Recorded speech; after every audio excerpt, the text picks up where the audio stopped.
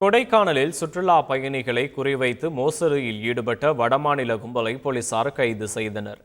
கொடைக்கானலில் சுற்றுலா பயணிகளிடம் வெளிநாட்டு சுற்றுலா அழைத்து செல்வதாக கூறி லட்சக்கணக்கில் மோசடி செய்வதாக போலீசாருக்கு தகவல் கிடைத்தது.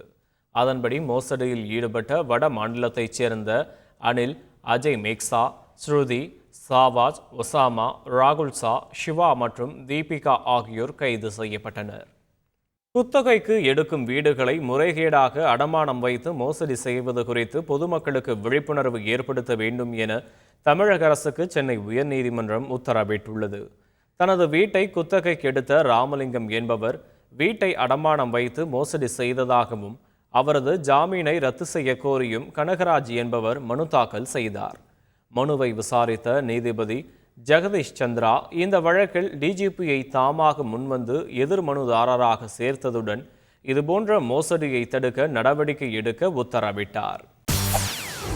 செய்திகளை உடனுக்குடன் தெரிந்து கொள்ள உடனே சப்ஸ்கிரைப் பண்ணுங்க.